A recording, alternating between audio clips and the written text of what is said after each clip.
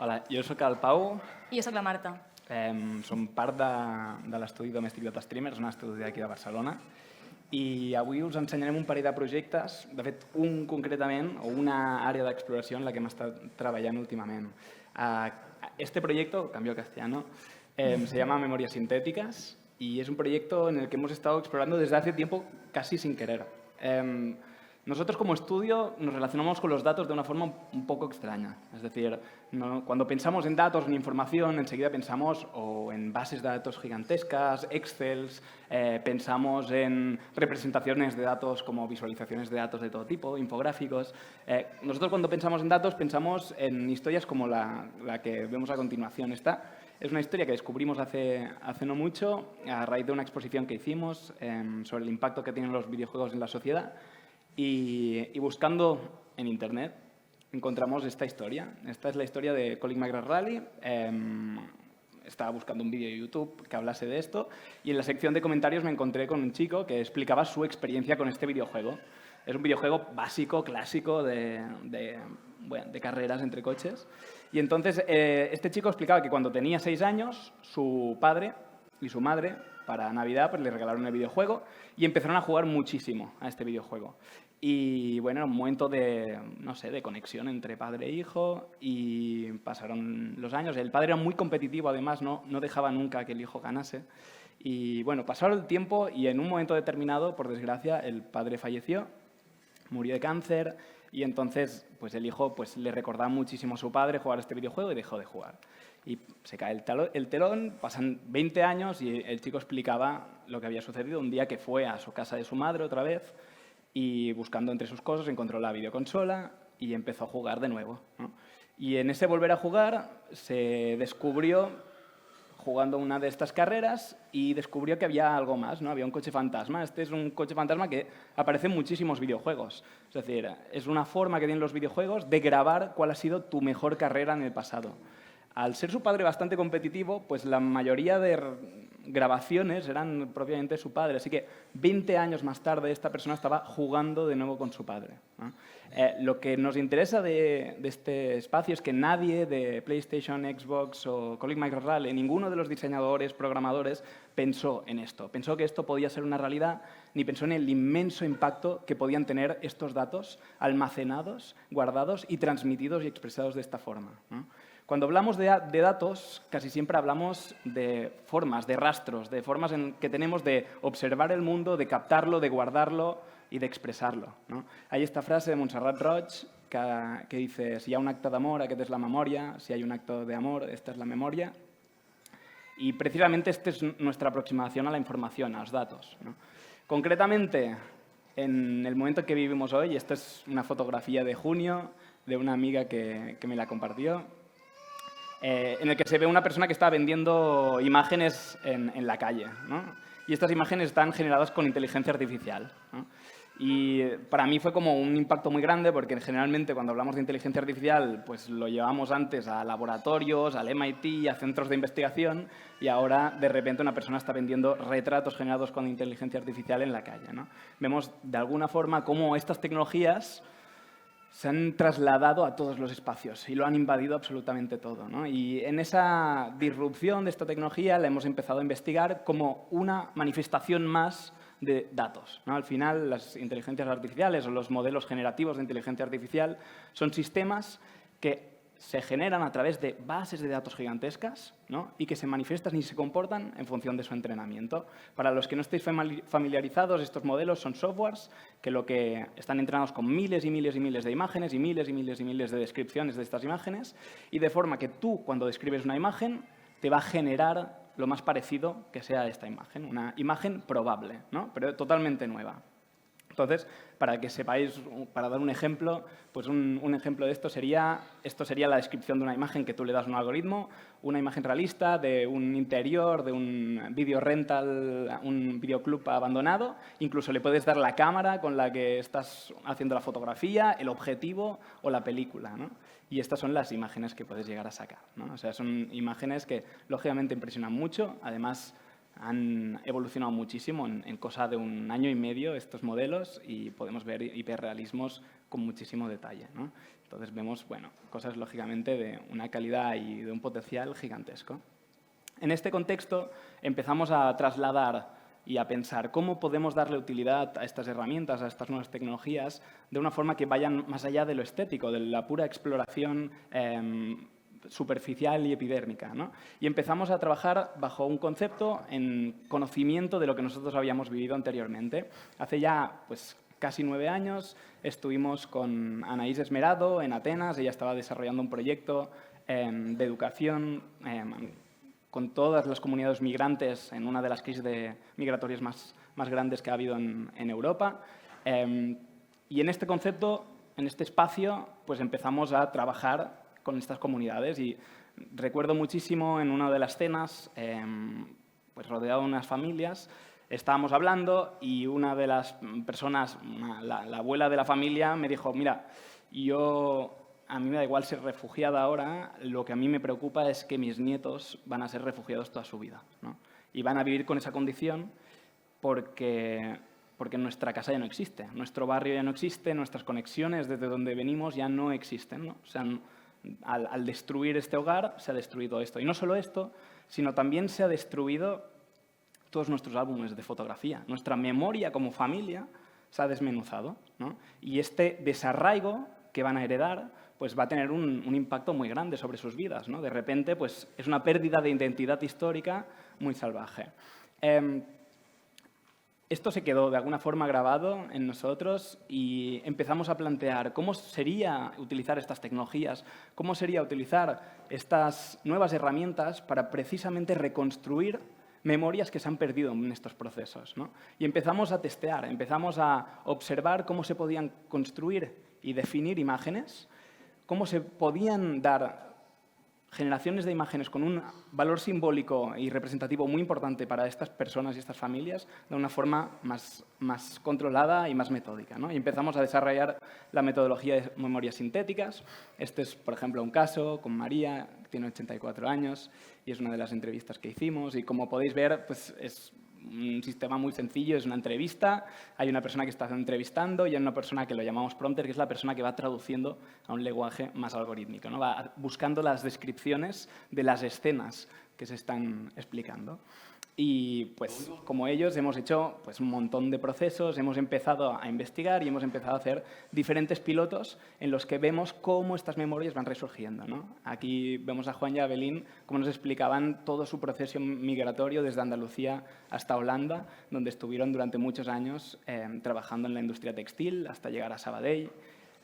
Y te das cuenta también de que las memorias están casi siempre construidas a partir de retazos, de pequeños espacios que son muy definidos. Por ejemplo, María, había un momento que no podíamos conformar la imagen concreta que ella quería y nos dijo, es que lo que falla es la cafetera en esta imagen, ¿no? Y entonces estuvimos buscando la cafetera concreta que ella recordaba de ese momento cuando era joven.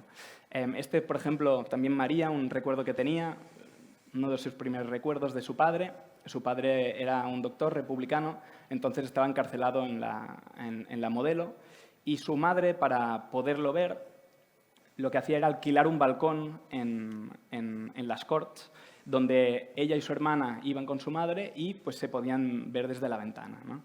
Y, lógicamente, cuando sacamos esta imagen, el impacto fue muy bestia. Y lo hemos vivido una y otra vez. Cada vez que se muestra una imagen, que externalizas una imagen que hasta entonces solo está en tu memoria, de alguna forma es un nuevo formato de compartir, un nuevo formato de cristalizar esta memoria y convertirla en algo simbólico. No solo se pueden ser imágenes, hemos estado trabajando muchísimo en cómo es la inteligencia artificial y cómo puede trabajar en espacio del vídeo. Y nos hemos dado cuenta que también es muy importante el vídeo porque, de alguna forma, ya por un feature de la tecnología que generalmente se considera un fallo, pero para nosotros es una ventaja, acostumbra a desdibujar las cosas, acostumbra a dejarlas un poco en este espacio estético de lo onírico, ¿no? De que ves una silla como en un sueño y cuando la vuelves a mirar ya es una silla diferente. Entonces aprovechamos estas de alguna forma, problemáticas del software como una ventaja en este caso. Y de la misma forma empezamos pues, a expandir un poco el proyecto y enseguida pues, empezaron a añadir nuevos actores. Uno de los actores con los que empezamos a trabajar fue David Prades, un trabajador social que trabajaba con un montón de gente con demencia, ¿no? en residencias de ancianos. Y a raíz de aquí empezamos a descubrir pues, todo un espacio de terapia gigantesco, terapia de reminiscencia, que se utiliza muchísimo en espacios de demencia y, lógicamente, estas tecnologías pueden llegar a tener un impacto muy grande en ellas. Ahora mismo estamos en este espacio académico investigando y, por otro lado, hay un proyecto ahora mismo con VitHabitat y el DAP en sí mismo y nosotros para construir un servicio público piloto de reconstrucción de memorias visuales aquí en la ciudad de Barcelona. Y en este espacio de lo sintético y de lo artificial seguimos explorando, no solo desde la perspectiva de la imagen, sino también desde la perspectiva que nos puede dar el texto, las historias y las memorias. Os explicaré como otra parte del potencial que tiene esta tecnología y lo haré a partir de un proyecto que iniciamos en 2020 a raíz de la exposición que hicimos en Palau Robert, a Feminista havies de ser, feminista tenías que ser. Era una exposición que un poco evidenciaba los retos del feminismo hoy y la vigencia del sexismo, tristemente. Y entonces nosotros lo que hicimos al principio fue ofrecer un montón de datos, ¿no? La primera parte de la exposición estábamos constantemente explicando el sexismo está así de presente en nuestras vidas. Y no fue hasta la última sala donde nosotros decidimos abrir un espacio donde la gente pudiera explicar cuál era su relación con este sexismo. Así que lo que hicimos fue hacer una instalación que preguntaba a todo el mundo qué pasaba, qué has tenido que vivir por culpa del sexismo. La instalación tenía 15 impresoras, como las de ticket de la tienda típicas. En el momento donde tú, con una aplicación, escribías este mensaje de forma anónima, se imprimía a tiempo real y acababa ocupando el espacio. Eran cascadas y cascadas de mensajes que se iban acumulando. A lo largo de los 3 meses de la exposición recogimos unos 4.000. Y las historias, ahora mismo no la puedo leer, pero me voy a acercar ahí. When I was 15, a man of the hotel staff followed me into the bathroom, not allowing me to exit the room before taking a photo of me. De este tipo de historias recogimos, como os decía, 4.000 y eran historias que ocupaban el espacio y que no queríamos que simplemente se quedaran ahí, en el suelo, porque tenían una importancia muy grande. Eran experiencias de 4.000 personas que habían compartido su realidad y no queríamos convertirlos en datos. Entonces, ¿qué pasó en el momento que queríamos nosotros analizar? Que empezamos a hacer experimentos como estos. Vale, vamos a observar qué espacios la gente más repite, ¿no? En estos mensajes, en estos 4.000 mensajes que nos han dejado. Pues nos hablan de casas, de calles, de trabajo, de por la noche.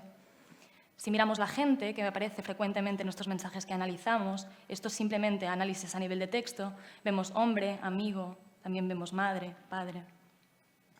A nivel de sentimientos, estamos viendo que 228 personas hablaban de miedo, hablamos de sufrimiento, de culpa. Si hablamos de las acciones, hablamos de tocamientos, de comentarios, de miradas, de abuso. ¿Qué pasa cuando analizamos así los datos? Que nos damos cuenta que lo que estamos haciendo es convertir estas historias tan emocionales en números otra vez, perdiéndonos la experiencia física y emocional que estaban teniendo las historias que cuando estabas ahí en la exposición tirabas del hilo y las ibas leyendo. Entonces, lo que nosotros al final intentamos conseguir es pensar que somos creativos en los datos y desestimar todo esto que habíamos construido. Lo que hicimos fue este proyecto, Community Bias Visualizer, que lo que hacía era alimentar un chatbot que funciona con inteligencia artificial con estas 4.000 historias, para que cuando hablaras con él creara nuevas historias. Y aquí hicimos una cosa que para mí, y dentro del proyecto es lo más interesante, estamos utilizando el bias, el sesgo, como algo que es normalmente lo más negativo de la tecnología, aquí lo estamos poniendo precisamente en el centro de la acción. Queremos crear nuevas bases de datos que estén sesgadas porque hablan de una parte importante de esta normalidad que no está normalmente representada en los algoritmos. Entonces, ¿qué es lo que hacemos? Crear nuevas historias y nuevas caras. Os leeré 3. Estas son historias de todo el mundo, pero a la vez de nadie.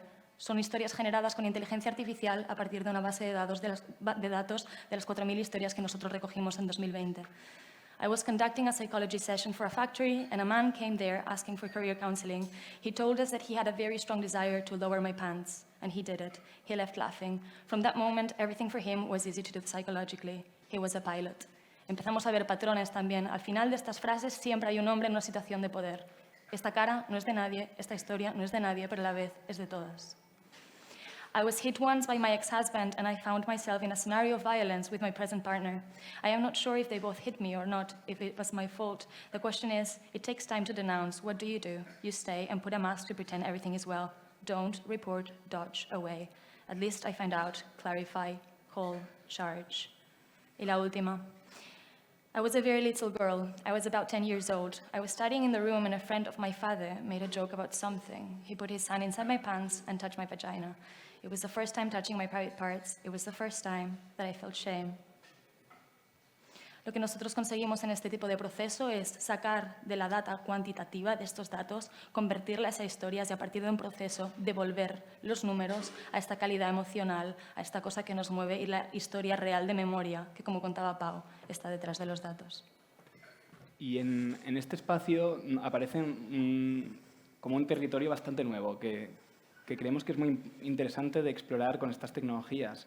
Que si al lado y lado tenemos, por un lado, la ficción y en el otro lado tenemos las historias forensicas, ¿no? El máximo intento de representación de realidad, y encontramos pues, otro tipo de historias como historical accounts, ¿no? Reconstrucciones históricas de lo que pasó o inspirado en eventos reales, ¿no?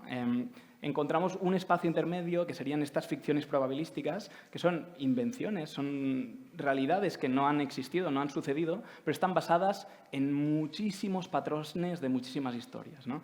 Y existe esta pequeña oportunidad que hemos encontrado que nos gustaría seguir explorando, entendiendo que hoy en día la inteligencia artificial pues, está levantando una alfombra de problemas gigantesca y que tanto esfuerzo tenemos que hacer en entender y analizar cuáles son los sesgos y los problemas que nos llevan, como entender cuál es el potencial y el impacto que puede tener como transformador social en nuestra sociedad. Nos planteamos mucho qué es lo que diseñamos o cómo lo diseñamos, pero no nos planteamos tanto por qué lo estamos haciendo. Y con la inteligencia artificial muchas veces está pasando exactamente lo mismo. Así que esto es todo. Muchas gracias.